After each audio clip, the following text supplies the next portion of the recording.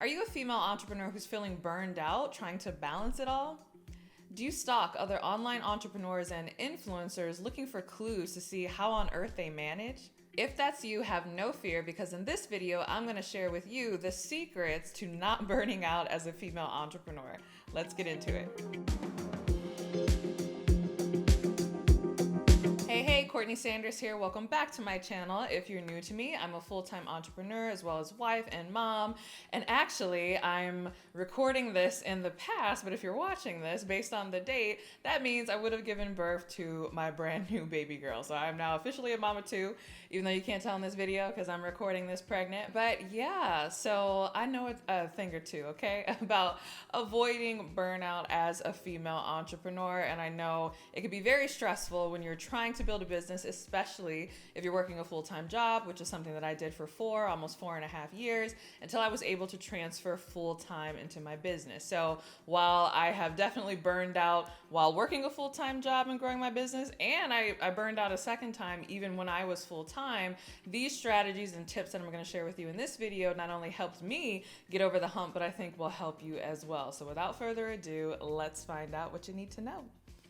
All right, the first thing you need to do in order to avoid burnout as a female entrepreneur is fix your business model. Yes, not enough women entrepreneurs really pay attention to their business model. So a business model is the way in which your business makes money. And so I find a lot of female entrepreneurs are like just throwing stuff on the wall, like throwing spaghetti on the wall in the beginning, which is good because you want to do a lot of different things to figure out what's going to work for you. The only problem is you don't want to stay there. So it's not just enough to figure out something that makes you money. You want to also figure out what's going to allow you to make money in the way that is most sustainable for your lifestyle. So for me, I didn't take that into account at all when I was working my full-time job. I was just so excited to be out of my job. So I got out of my job by selling both digital products and taking on a ton of one-on-one coaching clients. And so at my height, I think I had maybe 16 or 17 one-on-one clients on my roster. And it was so crazy. I barely had time to use the bathroom during the day, even though I was full-time in my business, because I had back-to-back calls where literally it was just like,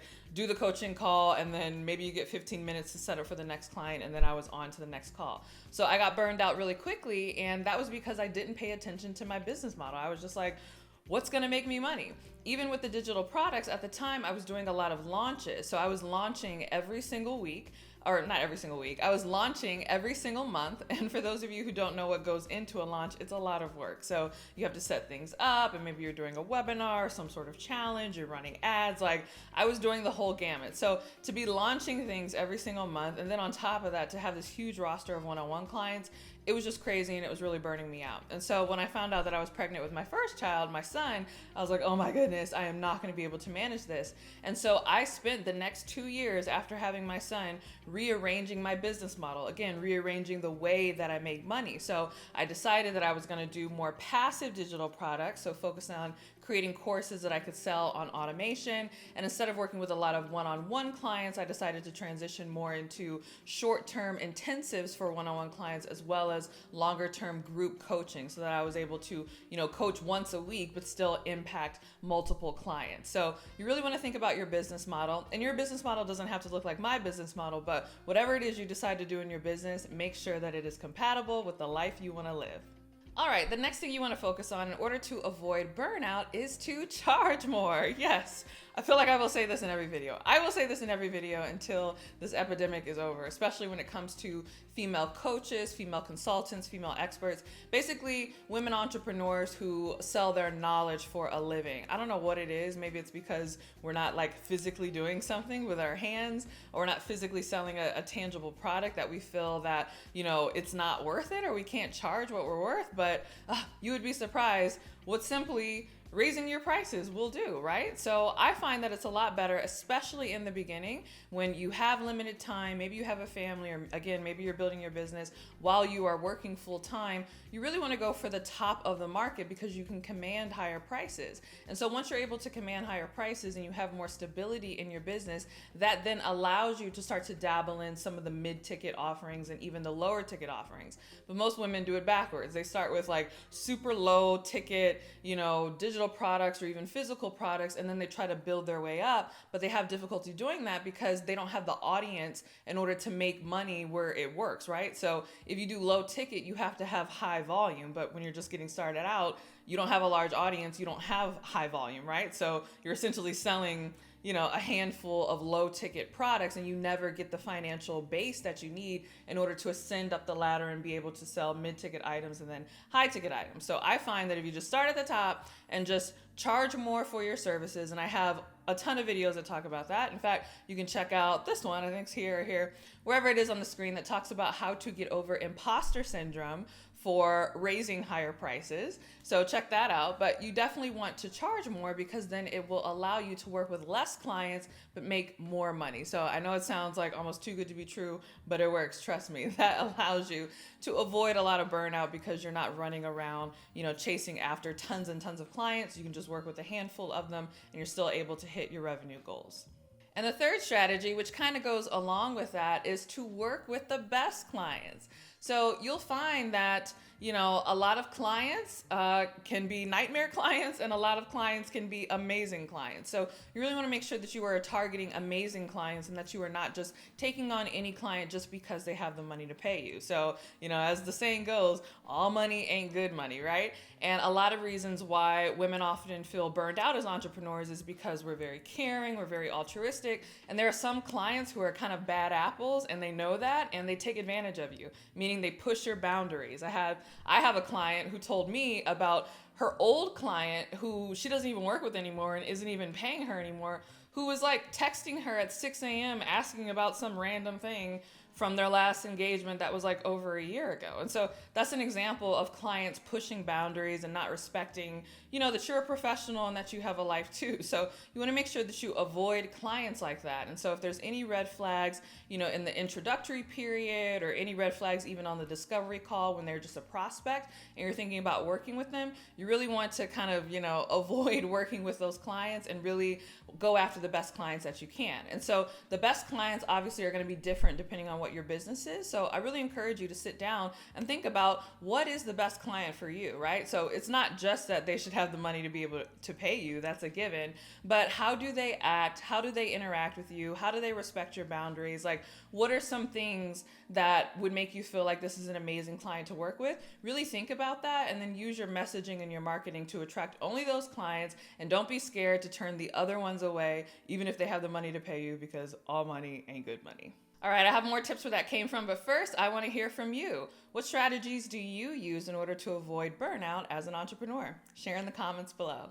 All right, the fourth thing that you want to do in order to avoid burnout as a female entrepreneur, or really as any type of entrepreneur, is you want to leverage systems, even something as simple as batch creation, right? So when I talk about leveraging systems, I'm talking about whether it's a manual system, like a process that you do over and over again that allows you to get work done faster, or maybe it's a process that your employees or your staff or your contractors are able to do, but it's also technology. So I make use of all of it, right? So there are certain routines that I have for myself. There are routines that I have for my virtual assistants and other contractors that work with me. And there's technology that I use, right? So I really love email automation software. Pretty much any automation software like in the world, I'm using it, right? So anything that I can outsource, any piece of technology that can, do things for me, even something as simple as like scheduling social media. So I really like to use the tool later.com. And, this isn't sponsored, but I just use them. I really like them. It allows me to kind of queue up all of my social media and schedule it in advance and then have it go out. So that's just an example of having good systems in your business that takes the stress off so that you are not doing everything yourself. And then also batch creation. So just as I talked about, as you're watching this, I'm probably in the hospital, with my kid right now, but you're watching me on your screen doing this video because I batch created and I recorded my content in advance. So I like to shoot a multitude of videos in one day and then schedule them to go out. And that helps me avoid burnout as an entrepreneur. So really take advantage of good systems in your business and think about what are the things that you do on a regular basis and what systems, routines, processes can you put in place that makes it that much easier for you. All right, and going along with the fourth tip that I just gave, the fifth tip is you want to get support. So obviously you want to get support as soon as possible in your business, right? So for me, even when I was working a full-time job, I actually hired 2 VAs. I hired my first VA who did my graphic design, and I actually hired her for like email management and organization, but I just found out by happenstance that she was so good at graphic design that I just made her my, internal graphic design person. And then I hired another VA in order to help me with a lot of the admin work and the email inquiries and different things that I was getting. So I tell people that because I let them know that I paid other people in my own business before I paid myself, right? So I was still working a 9-to-5 job while I had 2 contractors that I was paying to do a lot of the business for me. So you want to make sure that you get support early on, but also you want to get support in your personal life, especially as a woman entrepreneur, because many of us wear many hats. Like for me, for instance, I'm a mom, I got a lot going on.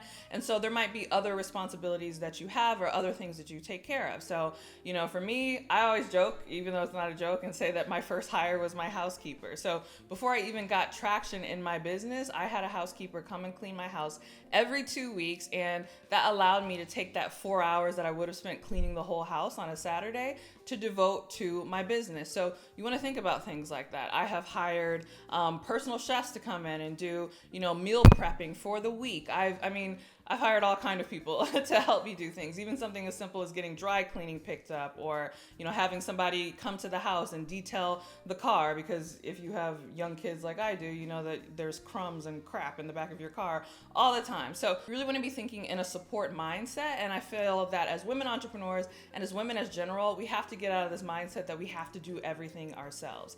It could be something as simple as even, making your request known to family and friends so that they can help you. So I know for me, having to go to doctor's appointments, and my husband can't always take off work in order to watch our son, I was able to just reach out to a family member that lived in our same city and said, hey, do you mind coming, every other Thursday or whenever my appointments were scheduled to watch my son, just so that I could go to the doctor. So, it doesn't even need to be necessarily people that you're paying. It could just be making sure that you feel comfortable asking family members, asking friends, really just finding the support wherever you can find it in order to get your needs met so that you can be successful in your business.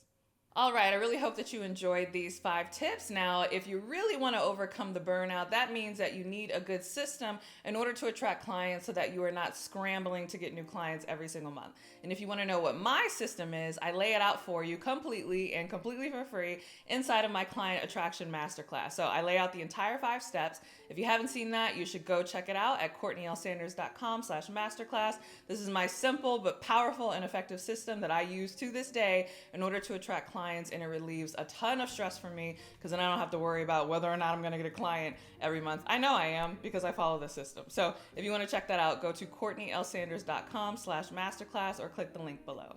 All right, I hope you enjoyed this video. If you did, go ahead and give it a thumbs up. Don't forget to subscribe. And if you want more where that came from, but you don't want to wait until next week when my next video comes out, come on over to my podcast. It's just the Courtney L. Sanders Show on both Spotify and iTunes. And if you want even more, so if the videos aren't enough and the podcast isn't enough, you can follow me on Instagram. So my username is Courtney L. Sanders on Instagram. Come on over, give me a follow, send me a DM, leave a comment, give me a shout out.